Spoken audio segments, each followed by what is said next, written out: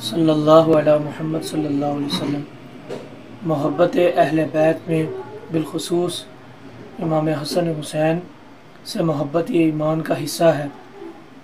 सैयदना अबू हुरैरा रदी अल्लाह तआला अन्हु कहते हैं कि एक दिन मैं हुजूर के साथ था तो चलते चलते सैयदा फ़ातिमा ज़हरा रदी अल्लाह तआला अन्हा के घर गए तो वहाँ पर हुजूर फरमा रहे थे, ये बच्चे कहाँ हैं, ये बच्चे कहाँ हैं। इतने में मैंने देखा कि इमाम हसन भी दौड़ते हुआ है, इमाम हुसैन हुजूर के गले लग गए।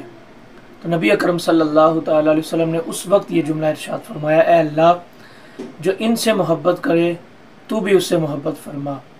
तो ये जुमला नबी अकरम सल्लल्लाहु तआला अलैहि वसल्लम की ज़ुबान अतहर से निकला तो ता क़यामत जो भी अहले बैत और बिलखुसूस इमाम हसन हुसैन से मोहब्बत करेगा अल्लाह भी उससे मोहब्बत फरमाएगा, क्योंकि रसूल कायनात सल्लल्लाहु अलैहि वसल्लम ने इरशाद फरमा दी। इसीलिए एक जनाजे के मौका पर सैयदना अबू हुरैरा रदी अल्लाह तआला अन्हु इमाम हुसैन के जूते मुबारक साफ़ कर रहे थे।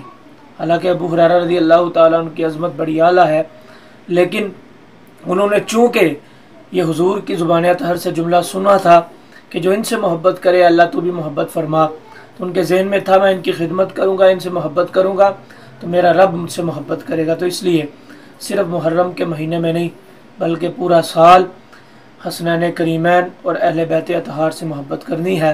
तो इंशाअल्लाह इस मोहब्बत का सिला अल्लाह तबारक व तआला कल क़यामत में ज़रूर अता फ़रमाएगा। अल्लाह तबारक व तआला अमल करने की तौफ़ीक़ अता फ़रमाए।